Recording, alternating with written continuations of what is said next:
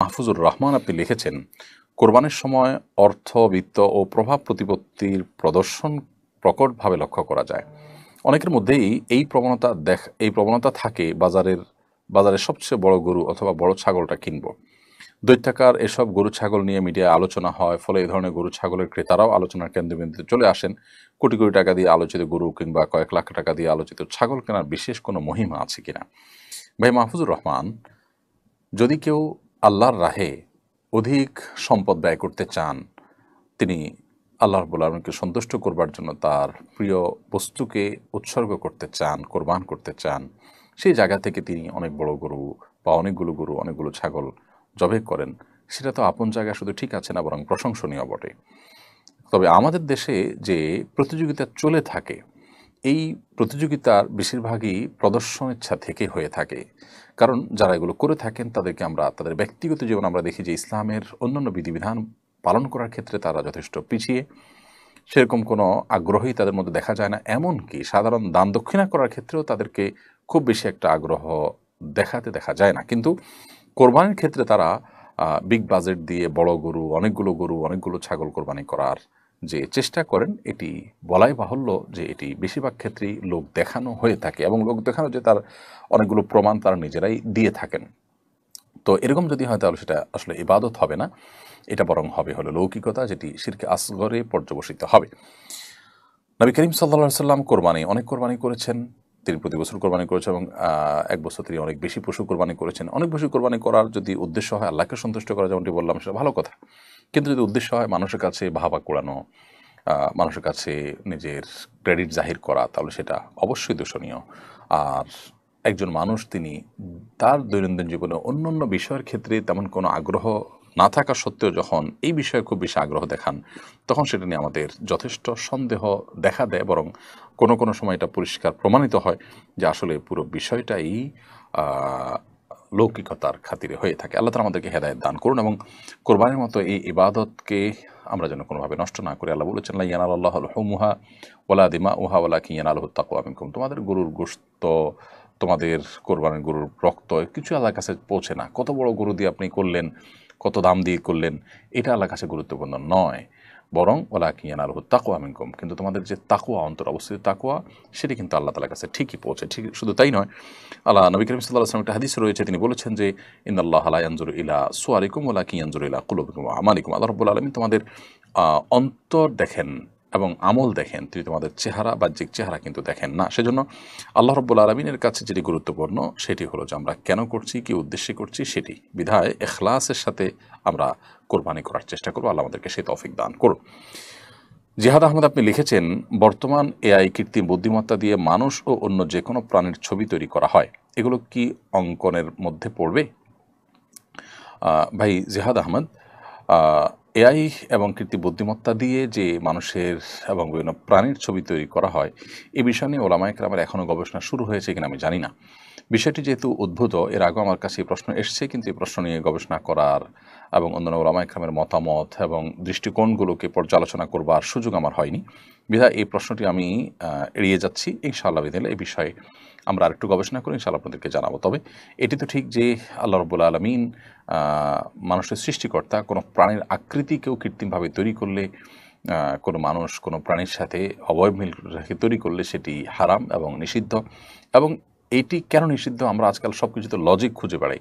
সাধারণত এই ধরনের প্রাণী, বিশেষ করে ভাস্কর্য, মূর্তি, প্রতিমা, এগুলোর উপরে শয়তান ভর করে। এটি কোরআন হাদিসের কোনো মানে সরাসরি দেওয়া বক্তব্য নয়, বরং এগুলো বিভিন্ন গবেষণা দ্বারায় প্রমাণিত বিষয়, এবং অনেকের গবেষণা মাত্র। কেউ চাইলে সেটাকে অবিশ্বাসও করতে পারেন। কিন্তু এটুকু নিশ্চিত করে আমরা বলতে পারি যে কোরআন এবং হাদিসে যেটি নিষিদ্ধ করা হয়েছে, সেটিতে মানব জাতির জন্য, মুসলমানদের জন্য অকল্যাণ নিশ্চিতভাবে নিহিত আছে। সো আমরা এগুলো থেকে, সন্দেহপূর্ণ বিষয় থেকে যথাসম্ভব দূরে থাকার চেষ্টা করব। মুরাদ হাসান লিখেছেন, ২০২৫ সাল থেকে সর্বজনীন পেনশন স্কিমকে সরকারি চাকরিজীবীদের জন্য বাধ্যতামূলক করা হচ্ছে। বিষয়টা শরীয়ী দিক নিয়ে আলোচনা করবেন। ভাই মুরাদ হাসান, সর্বজনীন পেনশন স্কিম যেটা আমাদের দেশে চালু করা হয়েছে, আমরা এর আগে একটা আমাদের ফেসবুক স্ট্যাটাসের মাধ্যমে জানিয়েছি যে এটি একটি যুগান্তকারী উদ্যোগ, যে মানুষগুলো চাকরি শেষ করে বৃদ্ধ বয়সে অনেকটা নিঃসঙ্গ হয়ে যান বা অনেক সময় বিপদে পড়েন, তাদের আসলে সর্বজনীন পেনশন স্কিমের মাধ্যমে তাদের পাশে দাঁড়ানো বা তাদেরকে সহায়তা করার যে উদ্যোগ, সেটি পৃথিবীর বিভিন্ন দেশে ছিল, আমাদের সেটা চালু হয়েছে, প্রশংসনীয়। যদি ইসলামের যে মূল স্পিড আছে, ইসলামের যে মৌলিক থিঙ্কিং আছে, সেটা যদি আমাদের সমাজে সর্বত্র প্রতিষ্ঠিত থাকতো বা থাকে, তাহলে সেক্ষেত্রে এগুলোর প্রয়োজন হবে না। কারণ একটা মানুষ তার সন্তান সন্ততি, তার আত্মীয় স্বজনরা তার বৃদ্ধ বয়সে তাকে অনেক বেশি কেয়ার করবেন, যত্ন নেবেন, সেটাই স্বাভাবিক। এবং যত বেশি প্র্যাকটিসিং ফ্যামিলি দেখি আমরা, সমাজ দেখি, সেখানে এগুলো তত বেশি থাকে আমরা জানি, সেখানে আসলে এগুলোর প্রয়োজনই হয় না। কিন্তু বাস্তবতা হলো দিন দিন সেগুলো হারিয়ে যাচ্ছে, যার কারণে এই সমস্ত স্কিমের প্রয়োজন হচ্ছে। তো যাই হোক, অন্যান্য দেশে যেটা অনেক আগে চালু হয়েছে, আমাদের দেশে এখন চালু হওয়াটা প্রশংসনীয়। কিন্তু এই স্কিমের মাধ্যমে যে মানুষকে আহ, আপনার পরবর্তীতে মাসে মাসে যে পেনশন দেওয়া হবে, সেটি সুস্পষ্টভাবেই সুদভিত্তিক সিস্টেম, এবং সেটি যে সুদ ভিত্তিক সেটা একেবারে দিনের আলোর মতো পরিষ্কার। তো যার কারণে এই বিষয়ে আমরা এর আগে বলেছিলাম যে এই স্কিমের মধ্যে যদি একটা সুদমুক্ত স্কিম চালু করা হয়, যেখানে আসলে সরকারের উদ্দেশ্য হাসিল হবে, মানুষের উপকারও হবে, তাহলে সেটি আমাদের এদেশের জনগণের জন্য অধিকতর উপযোগী হবে। বিশেষ করে এদেশের মানুষের মধ্যে সুদের প্রতি ঘৃণা করার মনোভাব রয়েছে অনেক বেশি, যার ফলশ্রুতিতে কনভেনশনাল ব্যাংকগুলো পর্যন্ত কিন্তু সুদী ব্যাংকের বিপরীতে বা সুদী ব্যাংকের পাশাপাশি হলেও, সুদী ব্যাংকিংয়ের পাশাপাশি হলেও ইসলামী ব্যাংকিংয়ের উইং তারা খুলতে বাধ্য হচ্ছে, উইন্ডো খুলতে বাধ্য হচ্ছে। তো এদেশে মানুষের এই সুদের প্রতি যে ঘৃণাবোধ, সেই কারণে এই সার্বজনীন পেনশন স্কিমকে, এটাকে সত্যিকার অর্থে সার্বজনীন করতে হলে অবশ্যই এটাকে সুদমুক্ত যে উইং, সেটা খুলতে হবে। তো এ বিষয়ে সংশ্লিষ্টদেরকে আমরা অনুরোধ করব যে বিষয়টা খুবই সহজ, আমাদের সাথে পরামর্শ করে সুদমুক্ত একটা উইং খুললে ইনশাআল্লাহ বিষয়টা সহজ হবে। আর তা না হলে বাধ্যতামূলক করে বা অন্য কোনোভাবে যদি আপনি সুদ হারাম এটা মানুষকে গেলানোর চেষ্টা করেন, জনগণ যেটা চায় না সেটা যদি আপনি জোর করে চাপাতে চান, তাহলে সেক্ষেত্রে এটা নিয়ে অস্থিরতা যেমন তৈরি হতে পারে, তেমনিভাবে সমাজের বড় একটা অংশ এই সুবিধা তারা ভোগ করবেন না এবং এটাকে তারা অ্যাভয়েড করবেন, যার ফলে মূল উদ্দেশ্য কিন্তু সাকসেস হবে না, সফল হবে না। জাকিয়া জান্নাতি আপনি লিখেছেন, যারা অসংখ্য জিনকে চিকিৎসার জন্য ব্যবহার করে, তাদের থেকে চিকিৎসা নেওয়ার ব্যাপারে কিছু বলবেন। জিনকে বশে রেখে বাধ্য করা এবং তাকে নির্দেশ দিয়ে বিভিন্ন কাজ হাসিল করা, এটি নিষিদ্ধ, যেটাকে ইস্তেআনা বিল জিন বলা হয়ে থাকে। ইস্তেআনা বিল জিনের পরে হাদিসে এবং নবী করিম সাল্লাল্লাহু আলাইহি ওয়াসাল্লামের বহু বক্তব্যে পরিষ্কারভাবে নিষেধাজ্ঞার বিষয়টি আমরা জানতে পারি। বিধায় ইস্তেআনা বিল জিন কোনো অবস্থাতে করা যাবে না, একজন মুসলমান সেটি করবেন না। তবে এর বাইরে জিনদের থেকে জিনরা নেককার জিনদের কোনো তথ্য যদি আমাদেরকে দেন, সেটা যদি আমরা ভেরিফাই করতে পারি, তাহলে সেটা আমাদের কাজে আসতে পারে। বাট তাদেরকে বশে এনে, তাদেরকে বাধ্য করে, তাদেরকে দিয়ে বিভিন্ন কাজ করানো, সেটা কিন্তু জায়েজ নয়। বিশেষ করে ইস্তেআনাবিল জিন বলা হয় যেটাকে। সুলাইমান সাল্লামের যেটি ঘটনা রয়েছে যে তিনি জিনদের বশীভূত করতেন বা তার বশীভূত ছিল, তিনি মসজিদে আকসার জিনদের দিয়ে তৈরি করেছেন। প্রথমত সেটি ছিল সুলাইমান সাল্লামের শরীয়তের বিষয়। এক নবীর শরীয়ত কিন্তু অন্য নবীর জন্য প্রযোজ্য হয় না। আমাদের নবী সাল্লাল্লাহু আলাইহি সাল্লামের যে বক্তব্য রয়েছে, যে হাদিস রয়েছে, সেই হাদিসে একেবারে পরিষ্কার, সেগুলোর আলোকে আসলে জিনদের থেকে সাহায্য প্রার্থনা করা জায়েজ নয়। এর বাইরে আরও এর নানাবিধ ব্যাখ্যা এবং বিশ্লেষণও রয়েছে। আমিনুল হক লিখেছেন, সমকামীদের বাড়ন্ত বেড়েই চলেছে। আজ শুক্রবার রাত 11টায় তারা ঘোষণা দিয়ে ঢাকা শহরে প্রাইড করবে বলে ঘোষণা করেছে। এদের প্রতিরোধে আমাদের করণীয় কি?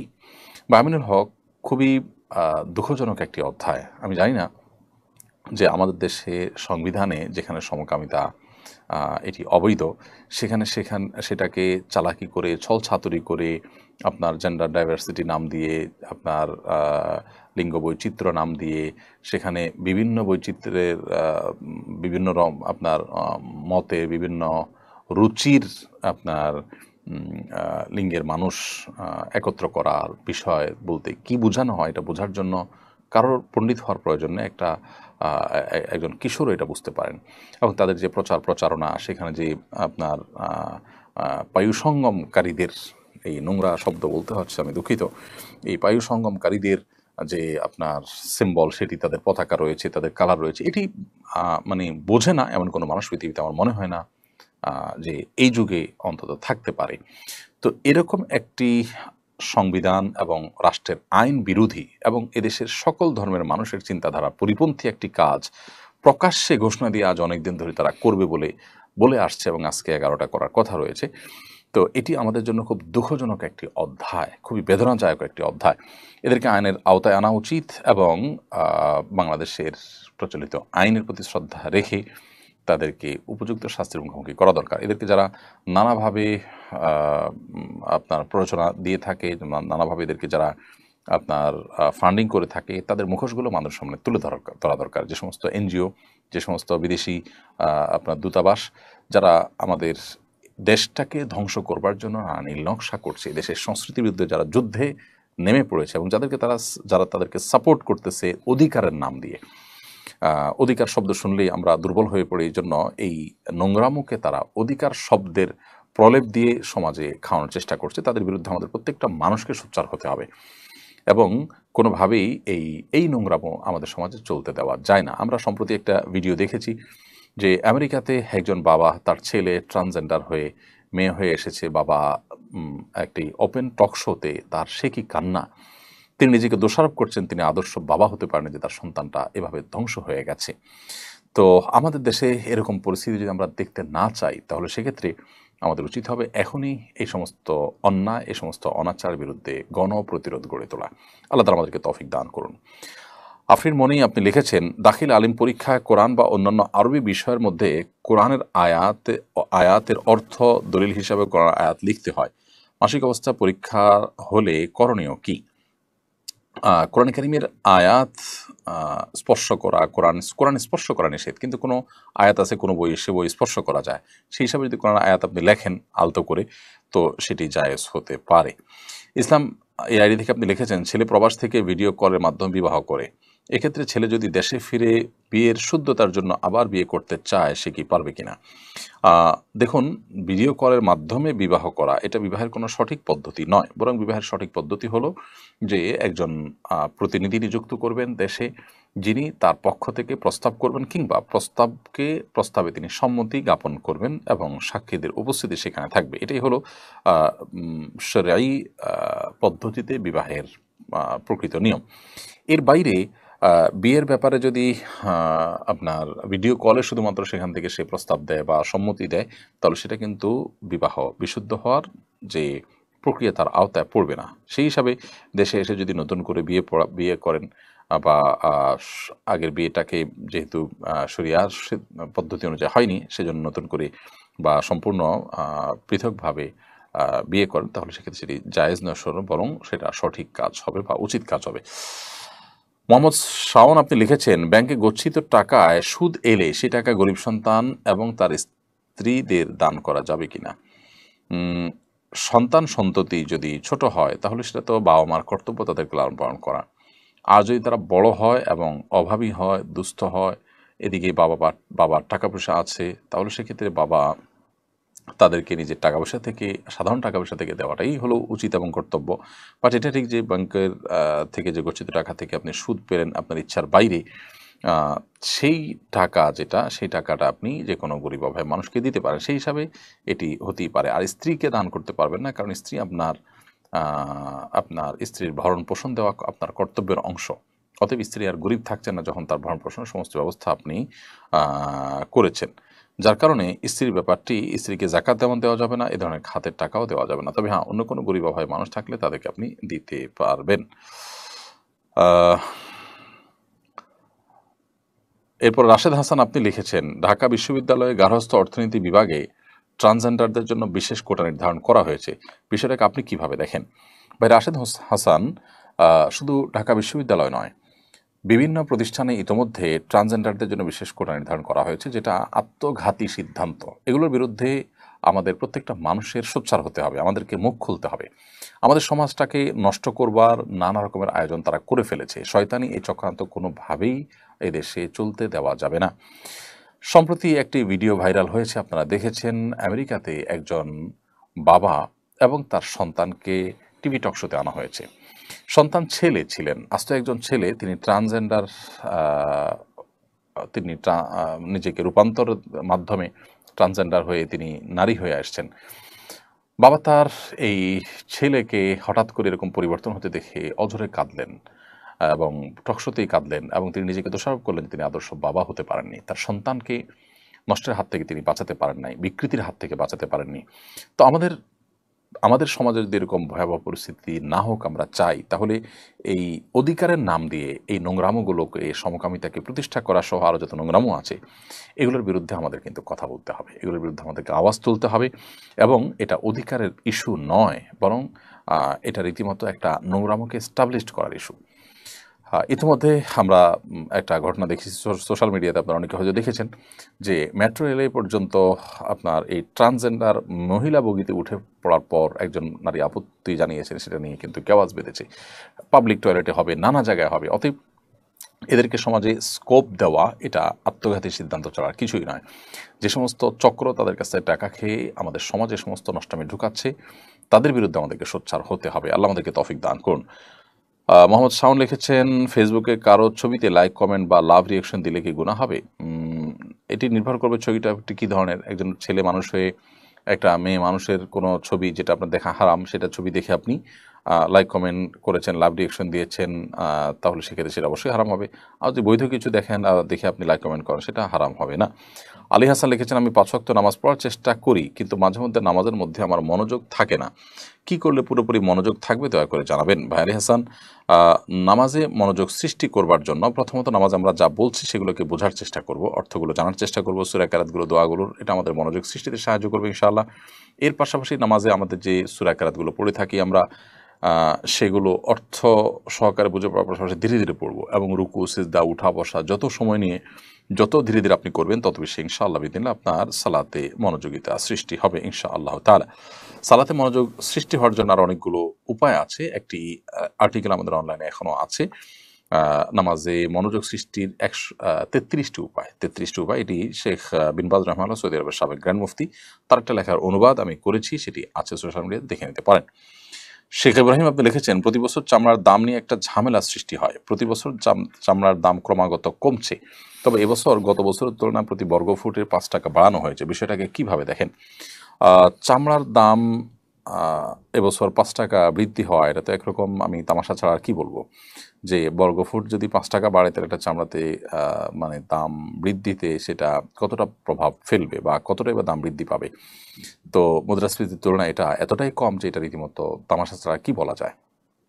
আমাদের দেশে নানা কারণে চামড়ার দাম কমে যাচ্ছে, এবং ইচ্ছাকৃতভাবে একটা চক্র এটি করছে কিনা সেটা নিয়ে নানা রকমের কথা বাজারে প্রচলিত আছে। সংশ্লিষ্ট বিষয় যাদের দেখবার দায়িত্ব, তারা যদি দেখেন, তাহলে এখানে আমাদের কল্যাণ হয়তো নিহিত থাকবে। আল্লাহ তাআলা আমাদেরকে যত রকমের অনাচার আছে এগুলো থেকে বেঁচে থাকার তৌফিক দান করুন। মোহাম্মদ নুরুল ইসলাম আপনি লিখেছেন, কিভাবে পরিবারের মানুষদের ভালোবাসা অর্জন করবে এবং তাদেরকে সৎ উপদেশ দেওয়ার জন্য তাদের উপর প্রভাব বিস্তার করব। প্রথমত, পরিবারের মানুষের কল্যাণকামী হিসাবে নিজেকে আপনি প্রতিষ্ঠা করার চেষ্টা করবেন। দ্বিতীয়ত, আপনার আয় উপার্জন, আপনার ব্যক্তিত্ব, আপনার পার্সোনালিটি, এগুলো সবগুলো পরিবারের উপরে আপনার প্রভাব বৃদ্ধি করতে সহায়তা করবে ইনশাআল্লাহ তাআলা।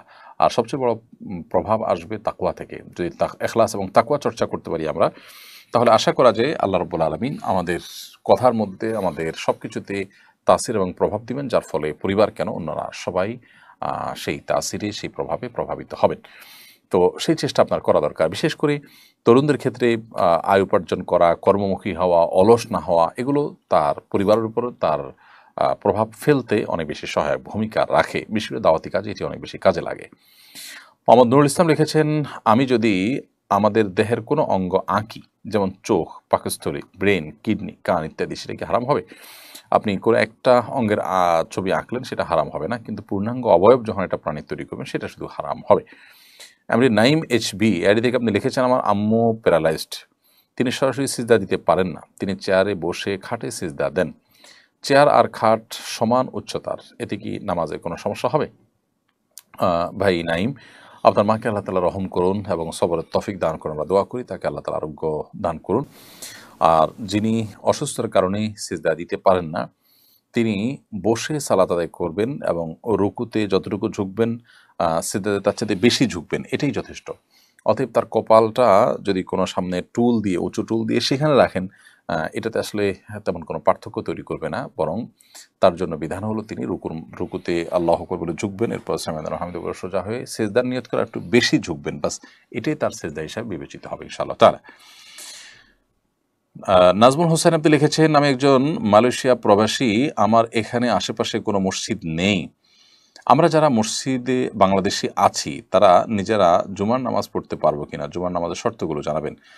অবশ্যই আপনারা জুমার নামাজ পড়তে পারবেন, নিজেদের মধ্যে থেকে যে কোনো একজন ইমামতি করে জুমার নামাজ পড়িয়ে দিবেন, ইনশাআল্লাহ আপনাদের নামাজ হয়ে যাবে। বরং পড়তে পারবেন না, বরং পড়া উচিত এবং কর্তব্য আপনাদের। যদি আশেপাশে কোনো মসজিদ না থাকে, নিজেরা যেখানে আছেন সেখানে জুমার জামাত করবেন। বিশেষ করে লোকালয় যদি থাকে সেখানে আপনি জুমার নামাজ করতে কোনো অসুবিধা নেই। মিস বাবুর রহমান আপনি লিখেছেন, আমাদের দেশের কিছু এলাকায় আরাফার দিন সবাই একত্র হয়ে ইবাদত বন্দেগী করে, বিষয়টা কতটুকু সঙ্গত? আরাফার সঙ্গে সাদৃশ্য তৈরি হওয়ায় তারা কিছু সওয়াব পাবে কিনা? না, আরাফাতের ময়দানে হাজিদেরকে একত্র হতে বলা হয়েছে।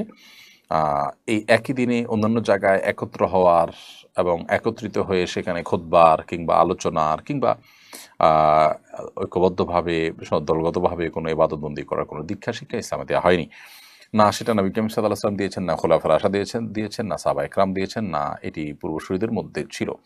অতএব এরকম যদি কেউ আরাফাত দিনটাকে সবাই সমবেত হয়ে হাজিদের সাদৃশ্য গ্রহণের চেষ্টা করেন, তাহলে সেটি বিদআতে পরিগণিত হবে এবং সওয়াবের পরিবর্তে সেটি বরং গুনাহ হবে। আরাফাত দিন সম্পর্কে নবী সাল্লাল্লাহু আলাইহি ওয়াসাল্লামের যে নির্দেশনা রয়েছে তার আলোকে আমরা রোজা রাখবো। আরাফাত দিনের যে দোয়া লা ইলাহা ইল্লাল্লাহু ওয়াহদাহু লা শারীকা লাহু লাহুল মুলকু ওয়া লাহুল হামদু ওয়া হুয়া আলা কুল্লি শাইইন কাদির, সেটা পাঠ করবে। এছাড়া আসলে আরাফের দিন উপলক্ষে আমাদের বিশেষ কোনো করণীয় নেই। আমরা যদি অন্য কোনো বিষয়কে জরুরি বা আবশ্যক বানিয়ে নিই তাহলে সেক্ষেত্রে সেটা সওয়াবের পরিবর্তে কিন্তু গুনাহ হতে পারে। ইরিন মাশফি এআইডি থেকে আপনি লিখেছেন, আমি এবং আমার হাজবেন্ড দুজনেই চাকরি করে একটা বিজনেস দেই, যেখানে বিজনেসের মাঝে আমার এবং আমার হাজবেন্ডের দুজনের অর্থ 50% করে, কিন্তু আমার হাজবেন্ড আমাকে কোনো লাভের অংশ দেয় না। আমি তাকে না জানিয়ে যদি কিছু টাকা নেই তাহলে কি আমার গুনাহ হবে? বোনেরিন, আপনারা দুজনে যেহেতু চাকরি করছেন এবং দুজনে চাকরি করে একটা বিজনেসও দিয়েছেন, এখানে দুজনের যে ইনভেস্ট রয়েছে সেটা আপনাদের বাণিজ্যিক সম্পর্ক, সেটা সম্পূর্ণ ভিন্ন। আর স্ত্রী হিসাবে আপনার ভরণ পোষণ তিনি আপনাকে দিবেন, সেটা আরেকটি জিনিস। আর যেহেতু আপনার এখানে 50% ইনভেস্ট আছে, অতএব স্বামী আপনাকে 50%-এর যে প্রফিট সেটা আপনাকে দেওয়া তার কর্তব্য।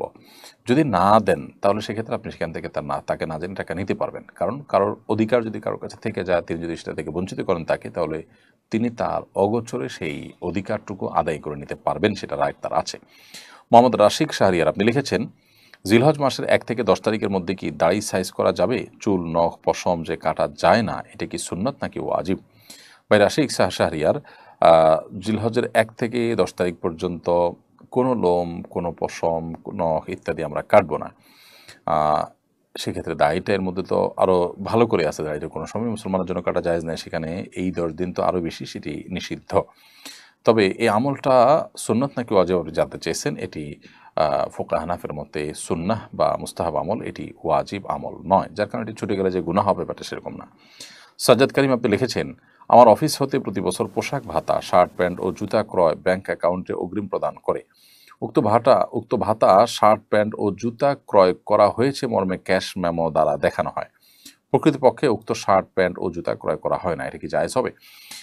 মিথ্যা লিখলে ভাউচার, সেটাতে গুনাহ হবে। যদি থোক কোম্পানি দেয় এবং কোম্পানি থেকে বলা থাকে যে এটা দেওয়া আছে, কেউ কিনলে কিনলো, না কিনলে নাই, তাহলে ভিন্ন কথা। কিন্তু যদি কোম্পানি কিনতে বলে, কিনে ভাউচার দিতে বলে, তাহলে আপনাকে কিনতেই হবে। সেটা আপনি ব্যবহার না করতে পারেন, অন্য কাউকে দিয়ে দিতে পারেন, কিন্তু আপনাকে কিনতে হবে। মিথ্যা কথা বললে আপনি লিখতে পারেন না। প্রয়োজনে দোকানদার কাছে কিনে আবার দোকানদারের কাছে ফেরত দিবেন, কিন্তু আপনাকে কিনতে হবে। না হলে ক্যাশ মেমোতে আপনি লিখেছেন এত তারিখে এটা কেনা হয়েছে, এটার দাম, এটা রাহা মিথ্যা কথা হবে। ইমানদার জেনে শুনে ঠান্ডা মাথায় মিথ্যা কথা বলতে পারে না। আব্দুল কাদের লিখেছেন, শ্রেণীকক্ষে ছাত্রী হিজাব নেকাব খুলতে বাধ্য করা, ধর্মীয় অনুভূতিতে আঘাত ও ব্যক্তি স্বাধীনতায় হস্তক্ষেপ করার অভিযোগে রাজশাহী বিশ্ববিদ্যালয়ের এক শিক্ষককে গত 12 মার্চ 5 বছরের জন্য সকল একাডেমিক কার্যক্রম থেকে অব্যাহতি দেওয়া হয়। তবে এই শাস্তির 3 মাস না পেরোতেই অধ্যাপক হিসাবে তাকে পদোন্নতি দেওয়া হয়েছে। বিষয়টাকে কিভাবে দেখেন? খুবই গর্হিত এবং জঘন্য একটি দৃষ্টান্ত এটি। এটির ফলে এ ধরনের সমাজে বিশৃঙ্খলা সৃষ্টি করার মতো কাজগুলো এ ধরনের উগ্র মানুষেরা এবং সংকীর্ণ চিন্তার মানুষেরা আরও বেশি করার সাহস পাবে। বিধায় এটির তদন্তমূলক তদন্ত করে এটির ব্যবস্থা গ্রহণ করা, এটির পেছনে যারা আছে তাদেরকে আইনের আওতায় আনা এবং দৃষ্টান্তমূলক শাস্তি দেওয়াটা খুবই জরুরি একটি বিষয়। দেখুন, এভাবে ছোট ছোট বিষয়গুলোই একটা সময় বড় বিষয়ে পরিণত হয় এবং সমাজের মানুষের মধ্যে আস্থার ঘাটতি দেখা দেয়। বিচারহীনতার যে কালচার আমাদের সমাজে রয়েছে, এ ধরনের ঘটনাগুলো সেটিকে আরও স্টাবলিশড করবে। বিধায় সংশ্লিষ্ট মহলের দায়িত্ব থাকবে, আমরা আশা করব যে তারা এ ধরনের ঘটনার পেছনে যারা জড়িত আছে তাদেরকে উপযুক্ত শাস্তির আওতায় আনবেন এবং কোনোভাবেই এটি গ্রহণযোগ্য নয় যে একজন শিক্ষক যিনি পানিশমেন্ট পেয়েছেন তার অপরাধের কারণে তিনি নির্দিষ্ট অপরাধের যে সাজা পানিশমেন্ট সেটি ভোগ করার আগে আগে তাকে আবার পুরস্কৃত করা হবে। খুবই জঘন্য একটি বিষয়। এর পেছনের যে সমস্ত কবজা নানা মানুষগুলো আছে তাদেরকে আসলেই বিচারের আওতায় আনা উচিত এবং এদের বিরুদ্ধে আমাদের প্রত্যেকটা মানুষের যার যার জায়গা থেকে মুখ খোলা উচিত, কথা বলা উচিত। এরপরে আব্দুর রব আপনি লিখেছেন, আমার একটি ছাগল আছে, ছাগলটির জন্মের সময় সেটাকে কোরবানির উদ্দেশ্যে রাখা হয়েছে, কিন্তু ছাগলটির মাঝ বয়সে একবার অ্যাক্সিডেন্ট হয়, তার পা ভেঙে গিয়েছিল, যে কারণে তার শারীরিক অবস্থা সেরকম উন্নতি হয়নি, দেখতেও সুস্বাস্থ্যের নয়। আমি জানতে চাচ্ছি সেটাকে বিক্রি করে তার সাথে আরও কিছু টাকা যোগ করে একটা ভালো মানের ছাগল কোরবানি দিতে পারবো কিনা। আপনার নিজের ছাগল আছে, সেটাকে আপনি কোরবানি দেওয়ার নিয়ত করেছেন, খুব ভালো কথা। এখন যেহেতু ত্রুটিপূর্ণ হয়ে গেছে সেই ছাগল, অতএব সে ছাগল পরিবর্তন করে আপনি আরেকটি ছাগল দিবেন, কারণ কোরবানির পশু ত্রুটিপূর্ণ হলে সেটি দিয়ে কোরবানি করা উচিত নয়, বরং কোরবানি করতে হবে ত্রুটি মুক্ত পশু দ্বারা। অতএব যে পশুর পা ভেঙে গেছে, যে সুস্থ স্বাভাবিকভাবে হেঁটে জবে করার জায়গা পর্যন্ত হেঁটে যেতে পারে না, যার শিং ভাঙা একটা, অথবা যার একটা চোখ কানা, এই জাতীয় এত দুর্বল যে খাবার খেতে পারে না বা হাঁটতে পারে না, এ ধরনের দুর্বল পশু দিয়ে কোরবানি করা উচিত নয়। সেগুলো এমনি খাওয়া হালাল, বাট কোরবানির জন্য উপযুক্ত নয়। যার কারণে এ ধরনের পশু আপনার থাকলেও সেটা পরিবর্তন করাটাই বরং আপনার জন্য কর্তব্য। কাশ্মীর হাসান আপনি লিখেছেন, আমি একজন যুবক, আমি খুব বিষণ্ণতায় আছি। আমি একটা মেয়েকে বিগত 3 বছর যাবত একতরফা ভালোবেসে আসছি। আমি জানি বিবাহ বহির্ভূত কোনো মেয়েকে ভালোবাসা কবিরা গুনাহ, কিন্তু আমি নেক উদ্দেশ্যে তাকে বিবাহ করতে চাই। এমত অবস্থা আমার করণীয় কি, দয়া করে জানাবেন। বিবাহের উদ্দেশ্যেও যদি আপনি এই সম্পর্ক করেন সেটাও হারাম হবে, গুনাহ হবে, গুনাহ সর্বাবস্থায় গুনাহ হবে। আপনার উদ্দেশ্য যত ভালোই হোক না কেন, যেহেতু আপনি প্রক্রিয়াটা অবলম্বন করছেন মন্দ, যার কারণে এটি জায়েজ হবে না। সেজন্য আপনাকে আমরা বলবো যে প্রথমত আপনার কৃতকর্মের জন্য আল্লাহ তাআলার কাছে তওবা করবেন, ইস্তেগফার করবেন, ক্ষমা প্রার্থনা করবেন, এবং দ্বিতীয়ত আপনি আপনার এই জায়গা থেকে ফিরে আসবেন এবং কোনো অবস্থাতেই এটাকে প্রশ্রয় দেওয়ার কোনো সুযোগ নেই। আর যদি আপনি তাকে বিয়ে করার সুযোগ থাকে তাহলে বিবাহ করে ফেলান এবং পূর্বের কৃতকর্মের জন্য আল্লাহ তাআলার কাছে মাফ চান। এটাই হলো একমাত্র করণীয়। নিজের নফসের বিরুদ্ধে সংগ্রাম করতে পারাটাই হলো অনেক বড় সার্থকতার বিষয়, ইমানদারের জীবনে একটা গুরুত্বপূর্ণ টার্গেট। সেটা যদি না হয় তাহলে সেক্ষেত্রে আপনি অবশ্যই আল্লাহ সুবহানাহু ওয়া তাআলার কাছে গুনাহগার হিসেবে বিবেচিত হবেন। প্রিয় দর্শক, দেখতে দেখতে অনুষ্ঠানের ঠিক মাঝামাঝি আমরা পৌঁছে গেছি, সময় হয়ে গেছে ছোট্ট একটি বিরতির পর আমরা আবারও ফিরে আসছি। আশা করি আমাদের সঙ্গেই থাকবেন ইনশাআল্লাহ তাআলা। কুরআন মানব জাতির মুক্তির সনদ, কুরআন আমাদের গাইডবুক। অথচ সমাজের খুব কম মানুষই কোরআন বোঝেন বা বোঝার চেষ্টা করেন। বছর জুড়ে কোরআন চর্চার লক্ষ্যে শুরু হলো আস-সুন্নাহ ফাউন্ডেশনের যাবৎকালের সর্ববৃহৎ প্রতিযোগিতা কোরআন বর্ষ। 2024 রমজান থেকে 2025 রমজান পর্যন্ত 6 ধাপে অনুষ্ঠিত হতে যাচ্ছে আল কুরআনুল কারীম পাঠ ও প্রতিযোগিতা। বিজয়ীদের জন্য থাকছে 3টি উমরাহ, 1টি কম্পিউটার, 5টি ব্যক্তিগত লাইব্রেরি, 6টি কিন্ডেল রিডার সহ 15 লক্ষ টাকার মূল্যবান সব পুরস্কার। আল্লাহ সুবহানাহু ওয়া তাআলা আমাদেরকে ভালো কাজে একে অন্যের সঙ্গে প্রতিযোগিতায় অবতীর্ণ হওয়ার নির্দেশ করেছেন। সুতরাং আসুন কোরআন চর্চার এই মহা আয়োজনে, কোরআনের এই বিশাল প্রতিযোগিতায় সামিল হয়ে নিজেদেরকে কোরআনের জ্ঞানে সমৃদ্ধ করি, জীবনকে করি কোরআনময়। পার্থিব সমস্ত মহামূল্যবান পুরস্কার জেতার পাশাপাশি আল্লাহ সুবহানাহু ওয়া তাআলার কাছ থেকে অফুরন্ত বিনিময় লাভের এই সুযোগটি যেন আমাদের কারোর হাতছাড়া না হয়। তাহলে আর দেরি নয়, শুরু করুন এখনই কোরআন বর্ষ, বছরব্যাপী কোরআন চর্চার এক অনন্য আয়োজন।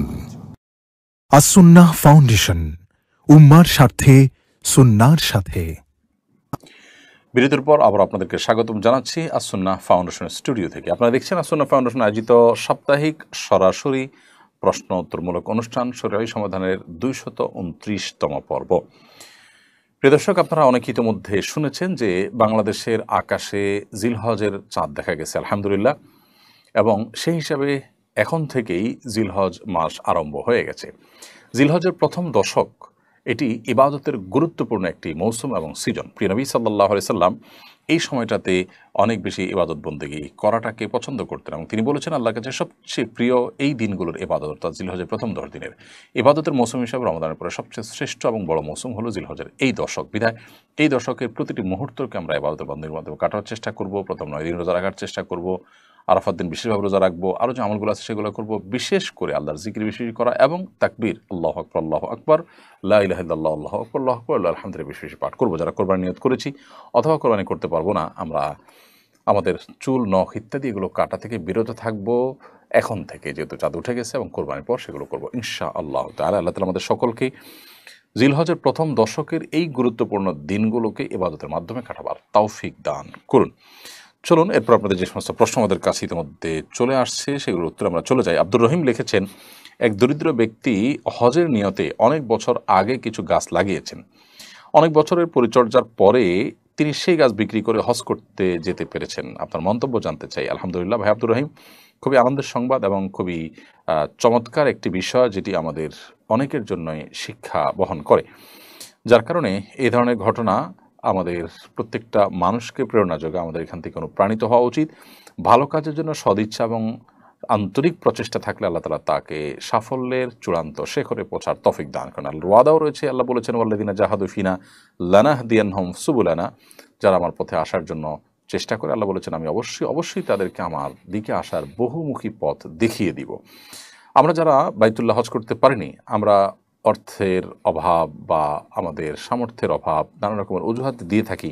এই অজুহাতগুলো যে যথার্থ নয়, বরং আমাদের আন্তরিকতা, আন্তরিক প্রচেষ্টা, আমাদের ঐকান্তিক চেষ্টা, আমাদের সার্বিক আপনার সদিচ্ছা এবং নানামুখী উদ্যোগ গ্রহণ করাটা যে কর্তব্য, সেটি আমরা পালন করতে কার্পণ্য করে থাকি। সেটির শিক্ষা আমরা এখান থেকে নিব এবং ভাইটির আল্লাহ তাআলা হজকে কবুল করুন এবং তার মতো বরং তার চেয়ে আরও বেশি আমাদের সবাইকে আল্লাহর ইবাদত বন্দেগীর জন্য আত্মত্যাগ করার তৌফিক দান করুন।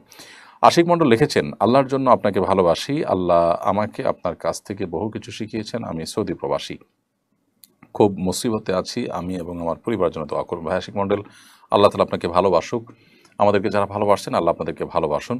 আপনাদেরকে বলে রাখি যে আমাদের প্রত্যেকটা দোয়া কবুলের জায়গাগুলোতে, সময়গুলোতে আমরা চেষ্টা করি নিজেদের দোয়ার পাশাপাশি আমাদের ফাউন্ডেশনের হিতাকাঙ্ক্ষী, শুভাকাঙ্ক্ষী, আমাদের পেজের ফলোয়ার, আমাদেরকে যারা আল্লাহর জন্য ভালোবাসেন, স্নেহ করেন, এমনকি যারা ঘৃণা করেন আল্লাহর জন্য, তাদের সবার জন্য আমরা আল্লাহ তাআলার কাছে দোয়া নিবেদন করে থাকি। আপনি পেরেশানিতে আছেন শুনে খারাপ লাগলো, আল্লাহ তাআলা আপনাকে আপনার পেরেশানি দূর করে দিন এবং আপনাকে আল্লাহ রাব্বুল আলামিন সব ধরনের মুসিবত থেকে বেরিয়ে আসার তৌফিক দান করুন।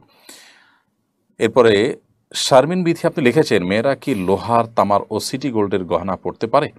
মেয়েরা স্বর্ণ এবং রূপার বা আপনার অন্যান্য যে সমস্ত পাথর ইত্যাদি আছে সে সমস্ত কিছুর গহনা ইত্যাদি তারা পড়তে পারেন। এছাড়া তামা কিংবা লোহা এটা পরা জায়েজ নয়। সিটি গোল্ডে পড়তে পারেন। তামা লোহার ব্যাপারে নবী করিম সাল্লাল্লাহু আলাইহি ওয়াসাল্লাম হাদিসে পরিষ্কার নিষেধাজ্ঞা রয়েছে। জাহান্নামীদেরকে লোহা পরানো হবে, এটা মানুষের শরীরের কোনো অলংকার হতে পারে না। নবী সাল্লাল্লাহু আলাইহি ওয়াসাল্লাম সেজন্য এটাকে নিষেধ করেছেন, জাহান্নামের সাথে সাদৃশ্য যেন না হয়। আর তামার ক্ষেত্রেও হাদিসে নিষেধাজ্ঞা রয়েছে, যার কারণে তামা, লোহা এগুলো আমরা ব্যবহার করব না। তবে আমাদের বোনরা সিটি গোল্ড, এমনি সাধারণ স্বর্ণ বা রূপা বা অন্যান্য যে সমস্ত মূল্যবান ধাতব আছে এই লোহা এবং তামা এগুলোর বাইরে সেগুলো পড়তে পারেন। মোহাম্মদ রাকিবুল ইসলাম চাঁদপুরি আপনি লিখেছেন, রাস্তায় কুড়িয়ে পাওয়া স্বর্ণের আংটির মালিক খোঁজ করে না পাওয়া গেলে সে আংটি কি করতে হবে?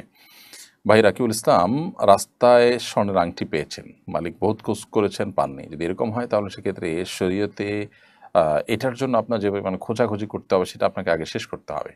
আপনি কোনো রকম দায়সারাভাবে খোঁজ করলেই তো হবে না। বিভিন্নভাবে খোঁজ করতে করতে সম্ভাব্য সকল উপায় করেছেন, দীর্ঘদিন করেছেন, কোনোভাবে পাওয়ার সম্ভাবনা নেই। এরকম যদি হয়ে যায় তাহলে সেটা আপনি কোনো গরিব দুঃখীকে দান করে দিতে পারবেন, ওই ব্যক্তির তরফ থেকে যিনি মালিক তার তরফ থেকে সওয়াবের নিয়তে। আব্দুর রাজাক আপনি লিখেছেন, বর্তমান শিক্ষা কারিকুলামের সমালোচনা করে সোশ্যাল মিডিয়া লেখালেখি করায় কিশোরগঞ্জের এক কলেজ শিক্ষকের পদ অবনমন করা হয়েছে। ডিজিটাল সিকিউরিটি অ্যাক্টে মামলা সহ বিভিন্ন খড়গ নেমে এসেছে তার উপর, বিষয়টা কিভাবে দেখেছেন? ভাই আব্দুর রাজাক, আইনে কি আছে আমি জানি না, আইনের প্রতি শ্রদ্ধা রেখেই বলছি আমি। শৃঙ্খলা, নিয়ম এটা সবার মেনে চলা উচিত, কিন্তু শিক্ষা কারিকুলামে যে ঝামেলা আছে, বিশেষ করে পাঠ্যপুস্তকে যে বিশাল বড় ধরনের সমস্যা তৈরি করেছে দেশের কিছু এনজিও, এবং বিদেশি কিছু অ্যাম্বাসির পৃষ্ঠপোষকতা তারা এই কাজগুলো করেছে, এটাও এখন ওপেন সিক্রেট এবং বিষয়টা সরকারের কনসার্নেও আছে আমি যতটুকু জানি। কারণ ইতিমধ্যে আমরা দেখেছি যে এনসিটিভির একজন এই কাজের জন্য অভিযুক্ত ব্যক্তি, যার ব্যাপারে বহু অভিযোগ রয়েছে, অভিযোগের পাহাড় রয়েছে, সকল নষ্টামের মূলে যে কয়েকজন রয়েছে তার মধ্যে তিনি, সেই মশিউজ্জামানকে ওএসডি করেছেন সরকার। ঠিক এই দিকে একদিকে যখন সরকার এ বিষয়ে পদক্ষেপ নিচ্ছে এবং বিষয়টাকে, এই সমালোচনাটাকে সরকার ইতিবাচকভাবে দেখছে এবং সরকারের ভাবমূর্তি নষ্ট করার জন্য একটা চক্রটি কাজ করেছে, অপরদিকে আবার এটির সমালোচনাকারী একজন শিক্ষকের পদবনমন, তার বিরুদ্ধে নানা রকম ব্যবস্থা গ্রহণ, এটা আসলে কখনোই সঙ্গতিপূর্ণ হতে পারে না। বিধায় যারা এই কাজটি করছেন এরা সেই মশিউজ্জামানের মতো অতি উৎসাহী কিনা, তারা তাদের ব্যাপারটি আমার মনে খতিয়ে দেখা দরকার। এবং এই ভদ্রলোকের পাশে আমাদের প্রত্যেকটা মানুষের দাঁড়ানো দরকার। সমাজে অন্যায় অনাচারের বিরুদ্ধে যথা নিয়ম মেনে সৌন্দর্যের সাথে সমালোচনা করবে, এটাই তো স্বাভাবিক এবং সেটিকে সাদরে গ্রহণ করা দরকার। তিনি একজন শিক্ষক মানুষ, শিক্ষা কারিকুলামের সমস্যা থাকলে তিনি সে কথা অবশ্যই বলবেন। সেটা বলার কারণে তার উপর খড়গ নেমে আসা কোনোভাবেই গ্রহণযোগ্য হতে পারে না। সুমাইয়া সাদ্দাম এআইডি থেকে আপনি লিখেছেন, আমার সোনা ও রূপা খুব পছন্দ, আমি যদি পরিমাণ মতো বা একটু বেশি সোনা রূপার গহনা বানাই তাহলে কি আমার গুনাহ হবে না? কোনো গুনাহ হবে না। মেয়েদেরকে আল্লাহ রাব্বুল আলামিন সে সুযোগ দিয়েছেন, ইসলাম সে সুযোগ দেওয়া হয়েছে যে মেয়েরা তারা স্বর্ণ রূপা তাদের প্রয়োজন মতো গহনা তৈরি করতে পারবে। এরকম কোনো লিমিটেশন দিয়ে দেওয়া হয় না যে এর বেশি মেয়েরা এটি বানাতে পারবে না, অতএব আপনার প্রয়োজন হচ্ছে আপনি সেটি কিন্তু করতে পারবেন। তাওহীদ চায়ন আপনি লিখেছেন, কোনো মা তার সন্তানকে যদি এই বলে গালি দেয়, এই কোরবানিতে তোদের কোরবানি করব, এর কাফারা বিধান কি? এটার কোনো বিশেষ কাফারা হবে না, তবে এরকম কথা বলা উচিত নয়। একজন মা, একজন বাবা, তিনি দায়িত্বশীল মানুষের মতো কথা বলতে হবে। সন্তানদেরকে যদি এরকম কোনো কথা বলেন যেটা আসলে বদদোয়ামূলক হয়, এটা উচিত নয়। বদদোয়ামূলক কথা বলা এটা কোনো মুসলমানের শান না। নবী করিম সাল্লাল্লাহু আলাইহি ওয়াসাল্লাম বলেছেন যে লাম ইয়াকুনিল মুমিনু লাআনুল্লাহ তাআনুল্লাহ ফাহিশান ওয়ালা ঈমানদার কখনো ফাহেশ, অশ্লীল উক্তিকারী, বাজে কথা মন্তব্যকারী কিংবা আপনার গালিবাজ যেটা হতে পারে না। ঈমানদার লাআন তাআন ফাহেশ হবে না। নবী সাল্লাল্লাহু আলাইহি ওয়াসাল্লাম সেরকম কোনো কাজ করতেন না কখনো। যার কারণে একজন মুসলিম হিসাবে আমাদের উচিত হবে নিজেদের সন্তানদের পরে কখনো মনক্ষুণ্ণ হলেও তাদেরকে এ ধরনের বদদোয়া ইত্যাদি না দেওয়া। তা না হলে কখনো কখনো এরকম বদদোয়া দেওয়া মানুষের স্বভাবে পরিণত হয় এবং সেটি গুনাহের কাজ। দুর্গম পথের যাত্রী হাসান এই আইডি থেকে আপনি লিখেছেন, খুব ভাইরাল হয়েছে একটি গেঞ্জি যাতে লেখা আছে কোরবানি হোক আল্লাহ সন্তুষ্টির জন্য। এই গেঞ্জিটা পরে বাথরুমে যাওয়া যাবে কিনা? যেখানে আল্লাহ শব্দটি আছে এই জন্য এটা পরে বাথরুমে যাওয়া উচিত হবে না। যদি এটা পরে না তাহলে এটার উপর দিয়ে জামা পরে তারপর বাথরুমে যেতে পারেন, অর্থাৎ প্রদর্শন হয় সেভাবে যাবেন না, কারণ পবিত্র জায়গায় আল্লাহর নাম নিয়ে যাওয়া উচিত না। তবে হ্যাঁ, স্লোগানটি খুবই সুন্দর এবং এই ধরনের গেঞ্জি এটার ব্যবহার আমাদের এখলাসের কথা আমাদেরকে স্মরণ করে দিতে পারে ইনশাআল্লাহ। তার ফয়জুর রহমান লিখেছেন, আগামী অর্থ বছরে দেশি বিদেশি মিলিয়ে 1,13,500 কোটি টাকার সুদ ব্যয় হবে বলে ধরে প্রাক্কলন করা হচ্ছে। সুদভিত্তিক বাজেট ও অর্থ ব্যবস্থা সম্পর্কে আপনার মন্তব্য জানতে চাই। বিষয়ে আমরা এর আগে একাধিকবার কথা বলেছি। দেখুন, বাংলাদেশে সর্বস্তরের মুসলমান এবং সর্বস্তরের দিনদার মানুষ, এমনকি নামে মুসলমান যারা, তারাও কিন্তু সুদকে ঘৃণা করে। এই জন্য কনভেনশনাল ব্যাংকগুলোতে কিন্তু আমরা দেখেছি ইসলামী ব্যাংকিং উইং খুলতে বাধ্য হয়েছে তারা, কারণ মানুষ সুদকে ঘৃণা করে। এদেশে মানুষ অনেক অন্যায়ের সাথে জড়িত থাকলেও সুদ হারাম, সুদকে কিন্তু তারা ঘৃণা করে এবং আল্লাহ তাআলা সুদকে সবচেয়ে ভয়ঙ্কর হারাম বলে করেছেন বিভিন্নভাবে। তো এই জন্য এই জাতীয় বাজেটে সুদের নির্ভরতা কমানোর চেষ্টা করা কর্তব্য। সরকার এবং সংশ্লিষ্টরা যদি এ বিষয়ে দায়িত্বশীলতার পরিচয় না দেন তাহলে সেটা জনগণের উপর এক ধরনের জুলুম হবে বলে আমি মনে করি। কারণ দেশের মানুষ, তাদের যে চিন্তা চেতনা, তাদের যে আকাঙ্ক্ষা, তার প্রতিফলন যদি আমাদের বাজেটে না হয় সেটা জনগণের বাজেট হতে পারে না। বাজেটে অনেক ভালো ভালো দিক থাকতে পারে, কিন্তু সুদের নির্ভরতা দিন দিন যে বাড়ছে, সুদের নির্ভরতা, এই সুদের নির্ভরতাটা কমানো দরকার। সেটার জন্য কৃচ্ছতা সাধনের বহু জায়গা আছে যেগুলো আমরা চাইলেই করতে পারি। সে জায়গাগুলো করা যেতে পারে, আরও নানামুখী উদ্যোগ নেওয়া যেতে পারে। এবং যে সমস্ত দুর্নীতি বিভিন্ন খাতে হয়ে থাকে সেগুলো যদি কমানো যায় তাহলে সাধারণ মানুষ স্বেচ্ছায় ট্যাক্স ভ্যাট দেওয়ার চেষ্টা করবে। ফাঁকি ঝুঁকি দেওয়ার, ফাঁকফোকরের যে খোঁজাখুঁজি করে আজকাল মানুষ, সেটা করবে না।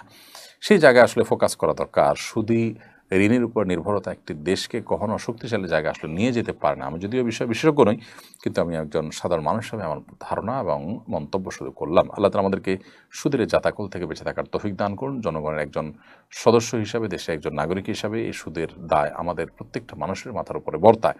অতএব এটার ব্যাপারে আমাদের মুখ খোলা দরকার, কথা বলা দরকার। আমার মতামতটা আমার অন্তত আমার জায়গা থেকে বলা দরকার যে আমি এটার সাথে নাই। আল্লাহ তাআলা দেখবেন যে আমি এখান থেকে মুক্ত নিজেকে ঘোষণা করছি, আল্লাহ এটার সাথে আমি নেই এবং আমি এটার উপরে সন্তুষ্ট নই। এটা আমার অজান্তে আমার উপরে এটা বোঝা চাপানো হচ্ছে।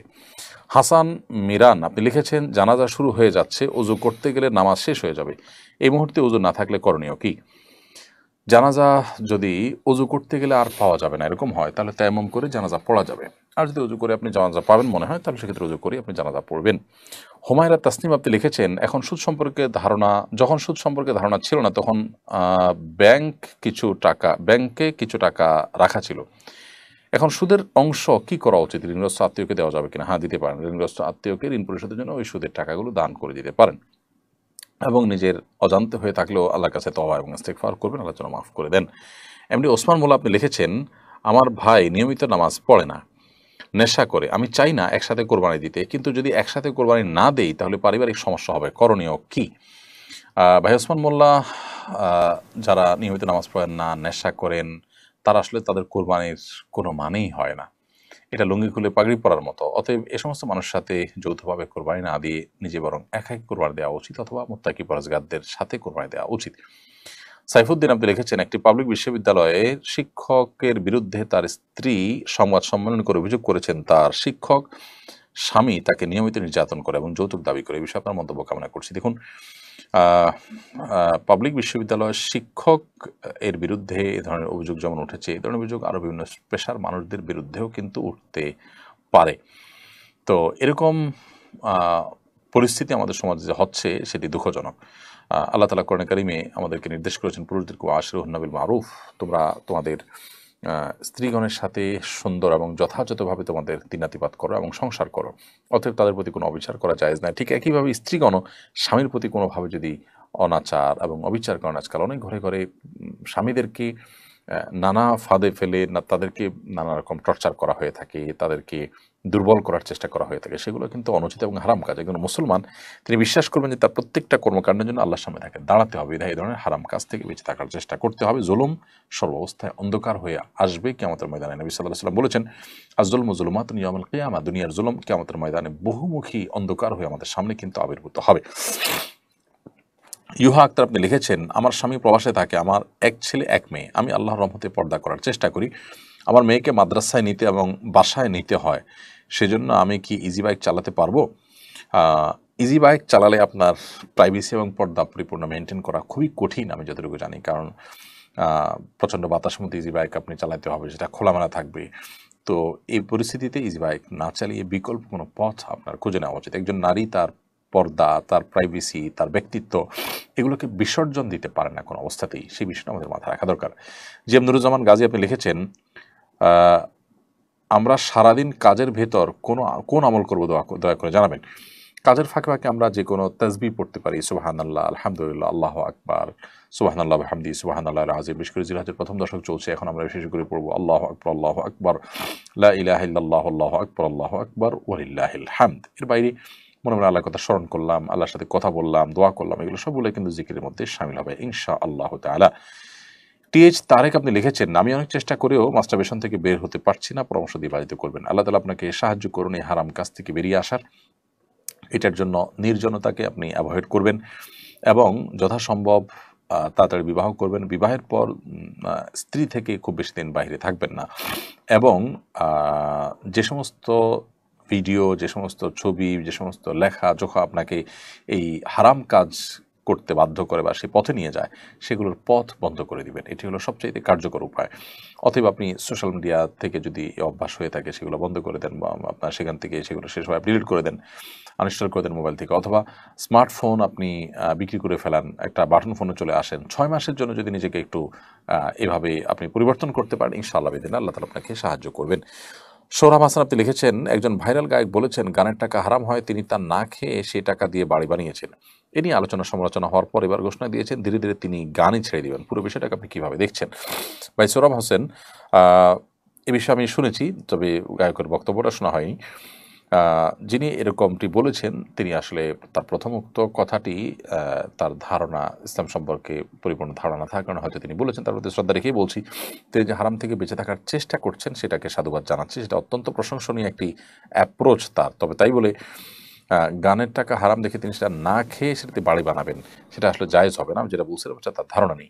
হারাম খেতে নিষেধ করা হয়েছে মানে এই না যে হারাম টাকা দিয়ে খাওয়া ছাড়া অন্যান্য কাজ, জামা কাপড় বানানো, ঘরবাড়ি বানানো জায়েজ হবে। এখানে খাওয়া বলতে আসলে ভোগ করা, সেটা যেভাবেই হোক, এবং হারাম উপার্জন করাকে বোঝানো হয়েছে। অতএব হারাম সেটা উপার্জন করাটাই হারাম ইটসেলফ, আপনি ভোগ করেন বা না করেন। আর যদি ভোগ করেন তাহলে সেটা খাওয়া হোক আর অন্য কোনোভাবে ভোগ করা হোক, সব কিছুর মধ্যে সামিল হবে।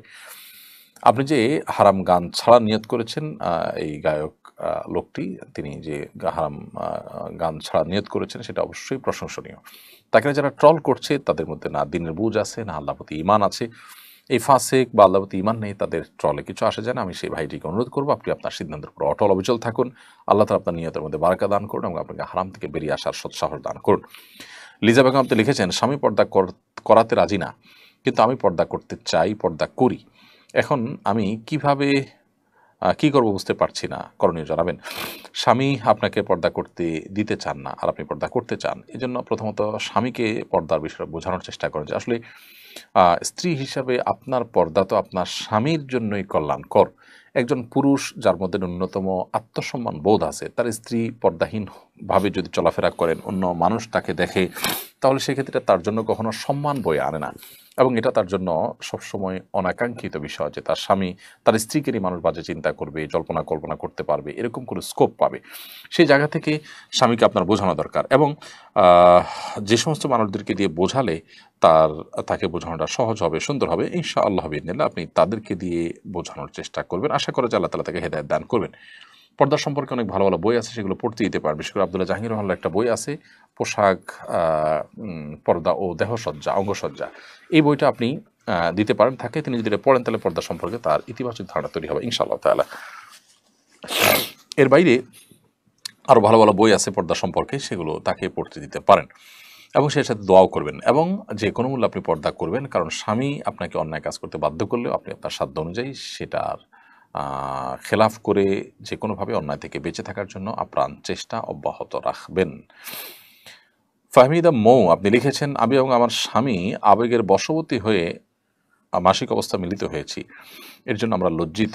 এই অবস্থায় যদি আল্লাহ সন্তান দান করেন তাহলে কি তা হারাম হবে? না, এটার কারণে সন্তান হারাম হয়ে যাবে বা অবৈধ হবে এরকম নয়। তবে এই কাজের জন্য আপনাদের অনুতপ্ত হওয়া উচিত এবং আহাদিসে বর্ণনা মতে এরকম কাজ হয়ে গেলে কিছু সাদাকা আল্লাহর রাহে, আল্লাহর ওয়াস্তে গরিব দুঃখীকে কিছু সাদাকা করে দিবেন, কিছু দান করে দিবেন এবং ভবিষ্যতে এ ধরনের কর্মকাণ্ড থেকে বেঁচে থাকার জন্য চেষ্টা করবেন। আল্লাহর কাছে তওবা নাসুহা করবেন, লজ্জিত হয়ে মাপ চাইবেন, সেটি যথেষ্ট ইনশাআল্লাহ তাআলা। এমনি মুস্তাফিজুর রহমান আপনি লিখেছেন, বৃষ্টির সময় বিভিন্ন নদী, পুকুর, খাল থেকে যে মাছগুলো আসে সেগুলো খাওয়ার বিধান কি? সাধারণত এই মাছগুলো যেহেতু ভেসে যায় এবং এগুলো কারো নিয়ন্ত্রণে থাকে না, অতএব এগুলো জেনারেলি খাওয়া হালাল। তবে যদি আশেপাশের পুকুর থেকে আসে, জানাই যায় যে এই পুকুরের মাছ, তারা পুকুরে মাছ ফেলেছেন এবং তাদেরকে ফেরত দেওয়ার স্কোপ থাকে, তাহলে সেক্ষেত্রে সেটা ফেরত দেওয়া উচিত এবং সেটা ভোগ করা উচিত নয়। মুরসালিন আপনি লিখেছেন, আমাদের দেশের অধিকাংশ গরু এবং ছাগলের অন্ডকোষ কেটে ফেলা হয়, এ ধরনের গরু ছাগল দিয়ে কোরবানি করা যাবে কিনা?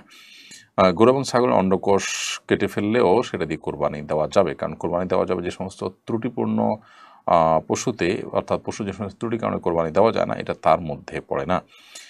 এমডি তামিম তালুকদার আপনি লিখেছেন, কোনো কিছুর মালিকানা দাবি করা কি শিরক? আমি যদি বলি এই ঘরটা আমার, সে দোকানটা আমার, তাতে কি গুনাহ হবে? না, এতে গুনাহ হবে না, কারণ কোনো কিছুর মালিকানা দাবি করার মানে হলো রূপক অর্থে মালিকানা। চূড়ান্ত মালিকানা আসলে প্রত্যেকটা জিনিসের আল্লাহ রাব্বুল আলামিন। আমরা কেউ আসলে কোনো বস্তুর চূড়ান্ত মালিকানার দাবি করতে পারি না, আর আমরা কেউ চূড়ান্তভাবে কোনো বস্তুর মালিকও নই।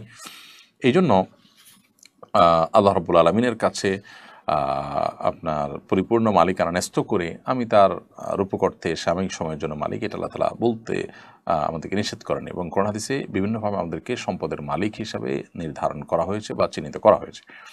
ইয়াসিন হায়দার সুনামগঞ্জে লিখেছেন, এক ব্যক্তি বছরের শুরুতেই একটি পশুকে কোরবানির জন্য নিয়ত করে রেখেছেন, এই পশুর দ্বারা উনি উপকৃত হচ্ছেন। কোরবানির জন্য রাখা পশু দ্বারা উপকৃত হওয়া কি ঠিক হচ্ছে, না উপকৃত হবে? জি হ্যাঁ, কোরবানি পশু রেখেছেন কোরবানি করার জন্য, সেটা থেকে ফায়দা নিচ্ছেন, তার দুধ খাচ্ছেন বা অন্যান্য কাজ করছেন, সেটা জায়েজ আছে, কোনো অসুবিধা নেই।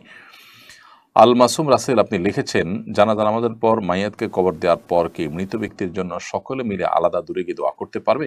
জানাজা নামাজের পর আসলে কোনো দোয়া নেই, তবে মাইয়াতকে কবর দেওয়ার পর যেটা আপনি বলেছেন সেটা দোয়ার পর কেবলামুখী হয়ে দোয়া করা প্রত্যেকে যার যার মতো। এটা